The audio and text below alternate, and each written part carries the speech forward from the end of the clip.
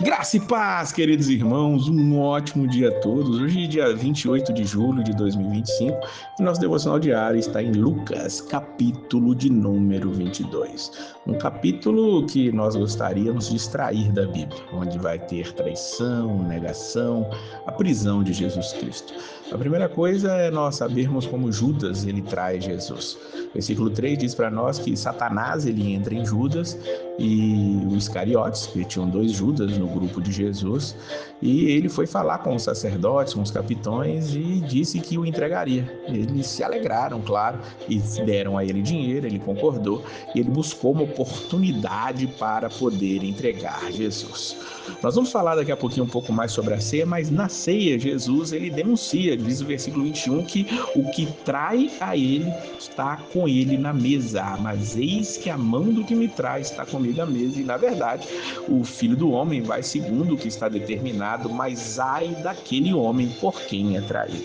Veja que Judas ele age segundo a eficácia de Satanás que o tomou, conforme Lucas registra para nós, mas nada disso está fugindo do plano eterno de Deus, porque isso é o que vai acontecer, segundo o que Jesus diz, já estava determinado, mas ai daquele que deu espaço para que Satanás pudesse estar agindo no meio dele. Vemos lá no versículo 47 que Jesus, depois que sai da ceia, ele vai ao Monte das Oliveiras, ora, a gente vai falar mais um pouquinho sobre isso também, mas no meio da multidão que vai ali para prender Jesus, estava ali Judas no meio deles, diz o versículo 47, e chegou-se a Jesus e o beijou. Jesus pergunta: Judas, com um beijo traz o Filho do Homem? E aqui nós vemos a trajetória de Judas, desde que ele vendeu Jesus, pouco tempo depois na ceia ele é descoberto, mas isso não faz ele perder o intento de estar fazendo isso, ele faz, e por fim Jesus é preso e Judas dá um sinal com um beijo a ele. Que tristeza é nós sabermos que aconteceu dessa maneira, mas como Jesus já disse, estava predeterminado para que assim fosse, mas ai daquele que age contra Jesus, ou que agiu contra Jesus. Nós vamos ver que logo depois de Judas ali concordar em negar Jesus, vamos voltar lá em cima no capítulo, no versículo 7, estava chegando o dia dos ázimos e era necessário estar ali celebrando a Páscoa. Vamos lembrar que a Páscoa ali entre os judeus, e ainda hoje, é a comemoração da saída do povo do Egito.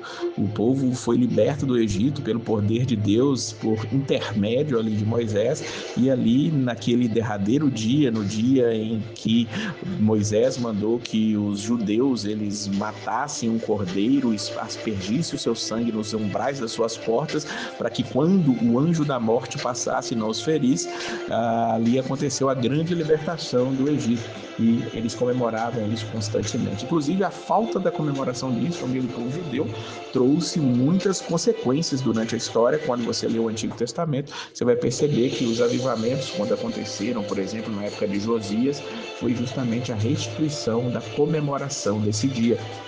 E depois do exílio babilônico, quando o povo voltou ali para Jerusalém, eles voltaram a celebrar a ceia do Senhor. Nós vamos ver que aqui Jesus manda, no versículo 8, Pedro e João prepararem, e eles sim preparam a Páscoa, diz o versículo de número 13. Eles chegam e ali à mesa eles estão. Está Jesus e os 12 apóstolos, diz o versículo 14, e dos versículos 17 até o versículo de número 20, nós vamos ver aqui Jesus falando da instituição da ceia e a transformação. A libertação maior não era aquela do povo do Egito, mas a libertação do povo dos seus próprios pecados. Olha o que ele diz no versículo 17: tomando o cálice e havendo dado graças, diz: tomai e reparti entre vós, porque vos digo que já não beberei do fruto da vide até que venha o reino de Deus. E aí ele toma o pão e, havendo dado graças, ele parte, dá aos seus discípulos e diz: isso é o meu corpo que por vós é dado, fazer isso em memória de mim.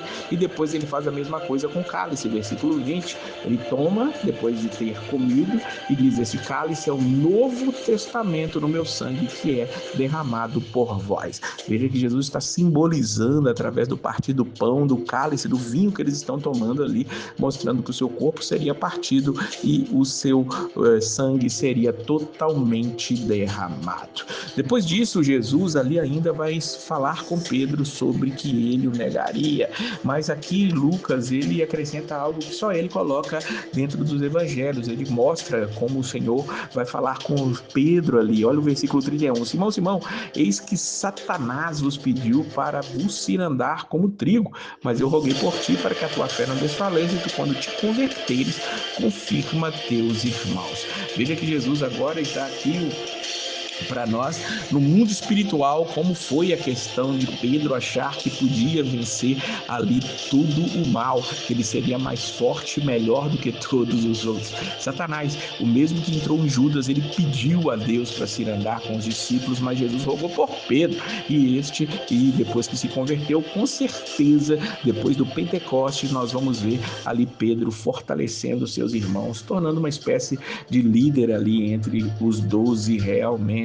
Mas quando Jesus disse isso para Pedro, dizendo que Satanás, ele meio que disse, não funciona dessa maneira. Ele chegou a dizer para Jesus, versículos 33, Senhor, estou pronto a ir contigo até a prisão e morte. Mas Jesus, ele mostra, Pedro, eu te digo que não cantará hoje o galo antes que 3 vezes negues que me conheces. Veja que Jesus alertou e ainda deu um sinal para Pedro, o galo vai cantar e você já vai ter me negado quando isso acontecer. Depois dali da ceia, depois desse aviso, eles vão até o Monte das Oliveiras, como costumavam, diz o versículo número 39, e eles vão orar. Quando chegam ali, Jesus, ele fala com os discípulos, orai, para que não entreis em tentação. A oração é primordial e nós não podemos deixar isso de lado. Nós temos que nos lembrar disso a cada dia, porque somente vencemos com o poder da oração. E Jesus, ele vai orar à parte ali, ele vai orar a Deus, dizendo, Pai, se queres, passa de mim este cálice, todavia não se faça a minha vontade, mas a tua. E aqui Lucas, caracteristicamente, quando ele fala do mundo espiritual, ele mostra que um anjo veio para fortalecer Jesus, diz o versículo de número 43. Mas Jesus estava ali aflito, lembremos que Jesus, ele era humano, ele estava na forma humana e tinha todas as características dos humanos, inclusive essa questão de agonia, e ele estava intensamente orando, porque sabia a dor que ele sofreria dali para frente, e tornou-se o seu suor em grandes gotas de sangue que corriam até o chão, diz o versículo de número 44. Jesus, ele se levanta, seus discípulos estão dormindo, ele os repreende, e enquanto está repreendendo, vem a multidão, e aí sim acontece o famoso beijo de Judas sobre ele. Jesus agora é preso, levaram Jesus até a casa do sumo sacerdote, e quando o levaram, diz a palavra de Deus no versículo 54, que Pedro estava seguindo a ele de longe. E aí vai acontecer as negações de Pedro.